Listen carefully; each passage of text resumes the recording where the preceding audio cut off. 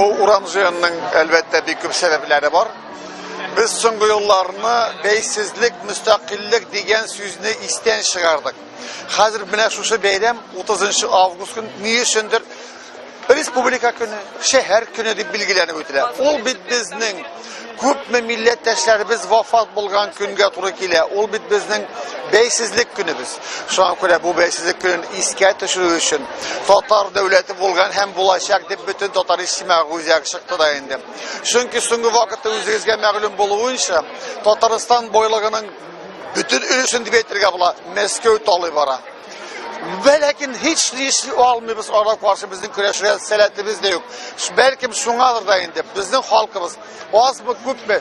Az bo'lsa da o'zingiz turunda bildiramiz. Tatar xalqining borligi turunda. Siz e'tibor etdingiz bizning bosgan o'rnimizga.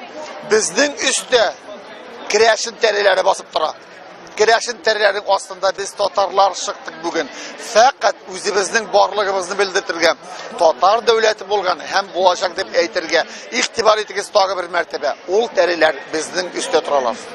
Sizin borligingizni ko'ravermisin? Buni o'tib ketuvchilar so'rovlar beralarmi, qiziqsanalarmi? Albatta, bir ko'p Allohga shukr yoshlar so'rov beradilar. Ne uchun chiqdingiz? Bu bitdindi shahar kuni degan bor. Biz yangadan aytamiz. Yo'q, bu beysizlik kuni.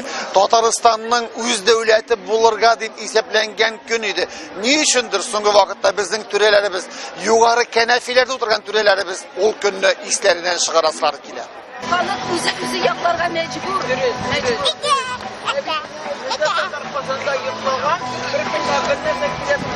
Suverenitet kerak edimi abi sizningcha? Ol yo'q bo'ladi. Ha? Ol yo'qmi? Bormisan sizningcha? Bordir endi. Necha o'ylaysiz siz? Bormi yo'qmi? Sezasizmi suverenitet bo'lganini? Ozgina bor. Qaysi yoqdan sezasiz?